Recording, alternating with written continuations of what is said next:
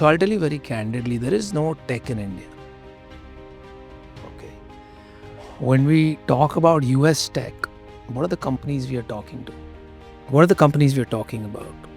Meta, Apple, Nvidia, Google, right? These are pure tech companies.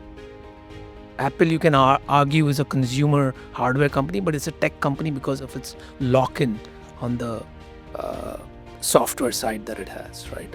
Otherwise, it would be a commoditized hardware play. They're a pure. What does a pure tech company mean? Why does the funniest thing happened the other day? I'll tell you about that. What does a pure tech company mean? It means great margins, right? And great margins, great growth. So great margins and great growth compounding over time can yield into billions of dollars of free cash flow. And that's why you're valued the way you're valued. In India, we have companies posing as tech a lot of times. So the other day I saw a newspaper ad for a real estate developer.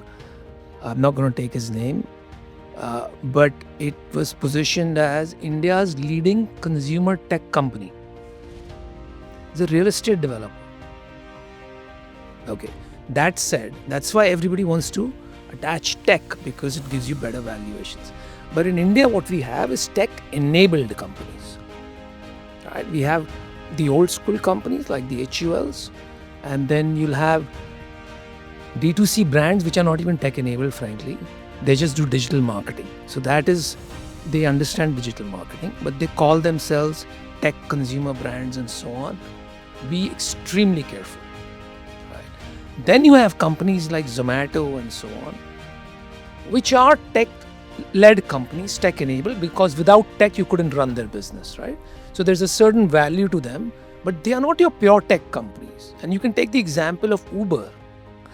In the US, people look at it as a tech company, but as a tech-enabled company. So Uber will be valued at what? 1x GMV. In India, there's a lot of confusion and everything is put in tech. And so I think, of course, from a mutual fund perspective, they need exposure to the tech sector, and so they have allocations. But from a retail perspective, you should ask those questions. Is this really tech? If you're going to evaluate it at a 5-7x revenue multiple, then you should ask those questions, whether it's pure tech-enabled or posing as tech. Right? Mostly in India, it's tech-enabled and posing as tech. There's not too many real tech companies. Right? Or at least at the scale that we've seen in the West. Sorry to surprise you, but that's the reality. Investments in debt securities, municipal debt securities, securitized debt instruments are subject to risks including delay and/or default in payment. Read all the offer-related documents carefully.